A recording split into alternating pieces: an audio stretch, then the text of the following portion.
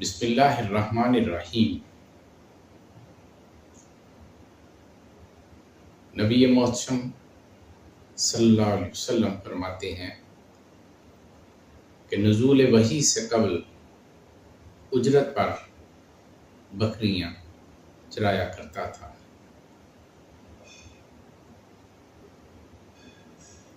آپ فرماتے ہیں کہ میں حضرت خدیجہ رضی اللہ عنہا کا مال لے کر شام بھی گیا۔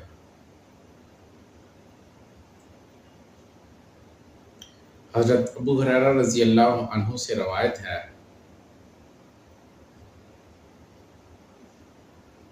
وہ فرماتے ہیں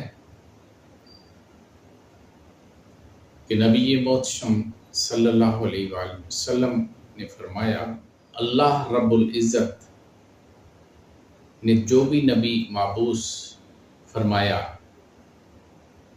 اس نے غلہ بانی کی۔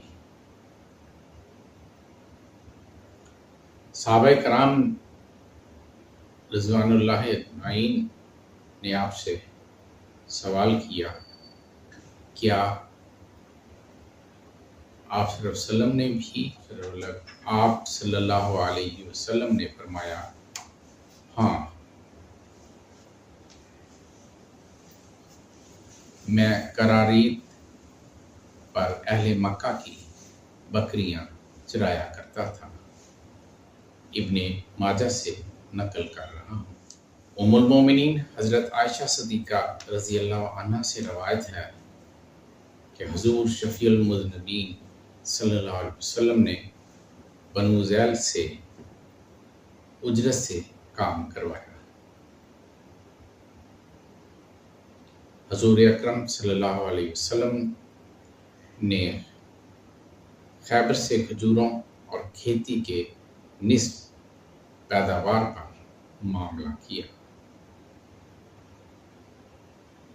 آپ صلی اللہ علیہ وسلم نے ان سے فرمایا، ہم تمہیں اس وقت تک برقرار رکھیں گے جب تک چاہیں گے یا جب تک اللہ رب العزت تمہیں برقرار رکھے۔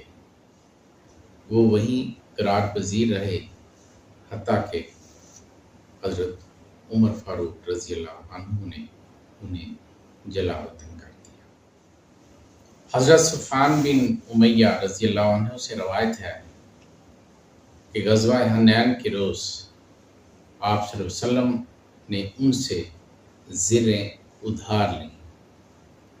انہوں نے عرض کی، محمد عربی صلی اللہ علیہ وسلم، کیا یہ غضب ہے؟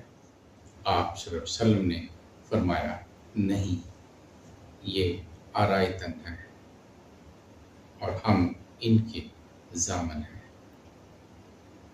ان میں سے بعض گم ہو گئیں۔ حضور سپہ سالار اعظم صلی اللہ علیہ وسلم نے فرمایا، اگر تم پسند کرو تو میں یہ ادا کر دیتا ہوں۔ انہوں نے عرض کی، نہیں، آج اسلام میرے دل میں پہلے سے زیادہ پختہ ہو گیا ہے۔ ایک دفعہ مدینہ طیبہ میں گھبرا دینے والی آواز سنی گئی۔ آپ صلی اللہ علیہ وسلم نے حضرت ابو طلحہ کا گھوڑا، جسے مندوب کہا جاتا تھا، آرائتن لیا۔ آپ صلی اللہ علیہ وسلم اس آواز کی سمت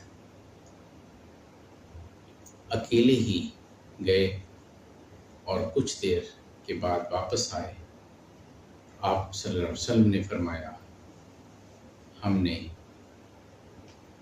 اس میں سے کچھ نہیں دیکھا، البتہ اس گھوڑے کو سمن پایا۔ حضرت صاحب بن ابی صاحب رضی اللہ عنہ سے روایت ہے کہ وہ حضور اکرم صلی اللہ علیہ وسلم کے ساتھ اسلام سے قبل تجارت میں مشارکت کرتے تھے۔ فتح مکہ کے روز آپ صلی اللہ علیہ وسلم کی خدمت میں حاضر ہوا۔